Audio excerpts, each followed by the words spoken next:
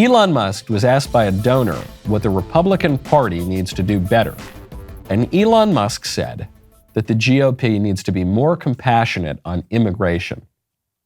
He says that the GOP needs to be more compassionate to potential newcomers, and he noted that he believes this in part because he chose America for its opportunities. He says immigrants are vital to maintaining a dynamic economy. How much more welcoming to newcomers can we be? We let in millions of people every year. We allow 1 million people to come into this country every year legally. And almost no one is even challenging that. Even though the vast majority of the American people on poll after poll reflect and express that they want to drastically reduce the number of legal immigrants who are brought into this country by about 60%. Still, no one in either of the major parties really talks about that. Very few people.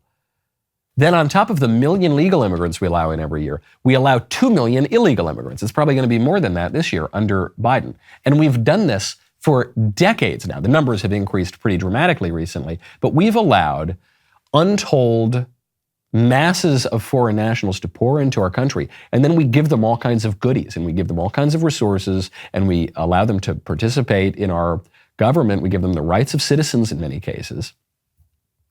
How much more compassionate can we be? I think we've been maybe a little overly compassionate, not compassionate enough to our own citizens. I think we've been a little reckless, actually, and imprudent. How much more compassionate can you possibly be? This is an issue of meta-politics. This is not just an issue of the immigrants. It's an issue of meta-politics.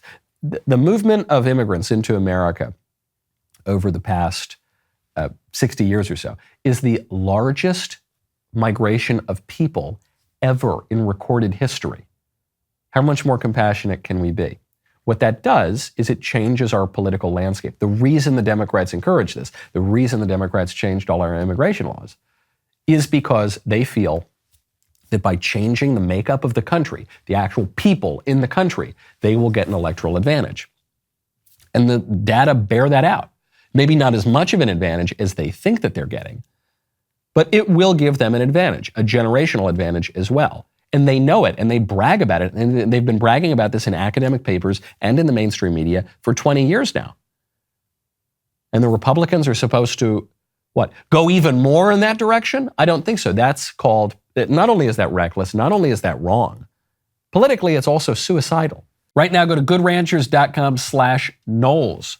Regardless of what the Biden administration defines as a recession, Americans are worried. They're feeling it. Food and gas prices are higher than I've ever seen in my lifetime. That is why I am so grateful for my favorite meat delivery service, Good Ranchers. Good Ranchers offers an inflation-proof subscription model that lets you lock in your price the day you subscribe. I don't know how this works. I hope Good Ranchers can stay in business. This is such a good deal.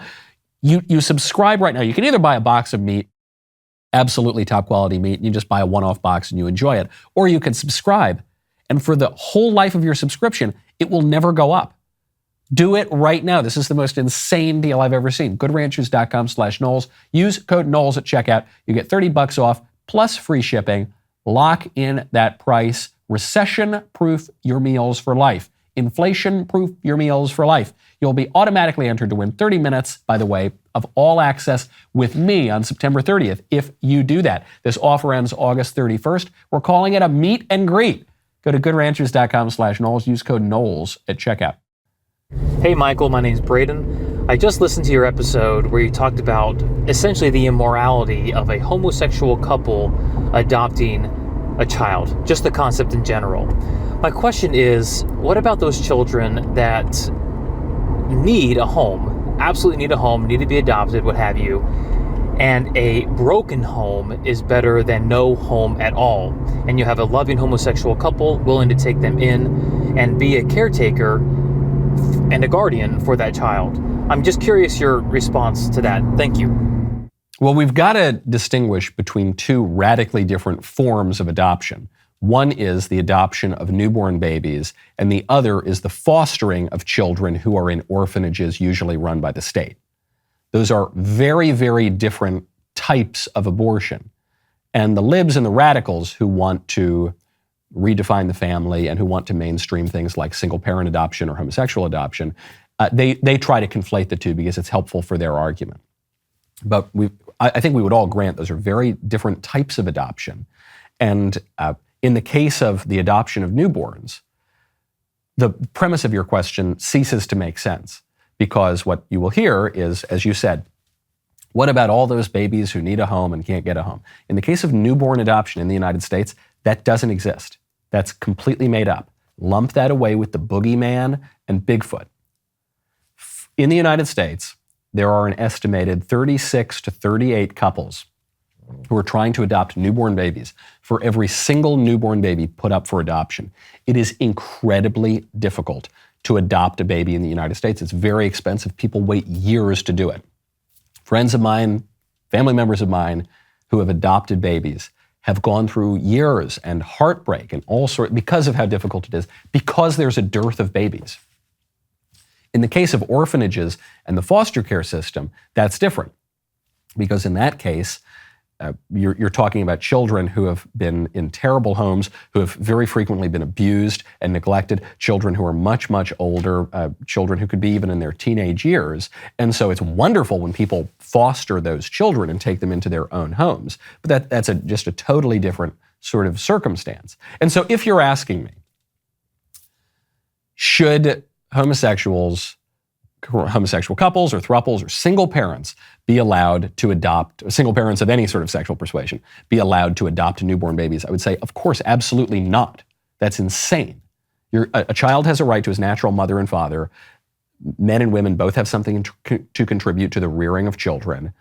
Marriage actually has a meaning, and it's the same thing that it's meant forever, and not what the libs pretend that it means today. And so, no, it would be wrong to deny a child of a real family, of a proper marriage, in that context to grow up in, just because of the politically correct fantasies that we live in today. But if you're asking me, and in that case, you're saying, should the state give an advantage to the real married couple that wants to adopt the child, or say, no, we're agnostic. It could be a single mother, could be a homosexual couple or trio, could be whatever.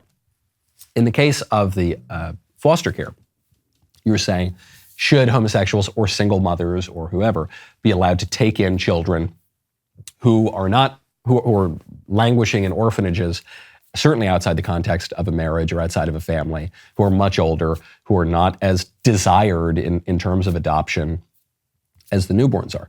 That's a very different conversation. I would be much more open to that conversation, obviously, because they're just kind of apples and oranges. But the last thing we should do is to conflate the two. I'm so glad you like that clip. Now, before you go, look, we got over 1 million subscribers. I love that. I want 1 trillion, okay? And the first step to 1 trillion subscribers is you clicking that bell. So ring it, click it, ding dong, wada wada bing bong. We'll see you next time.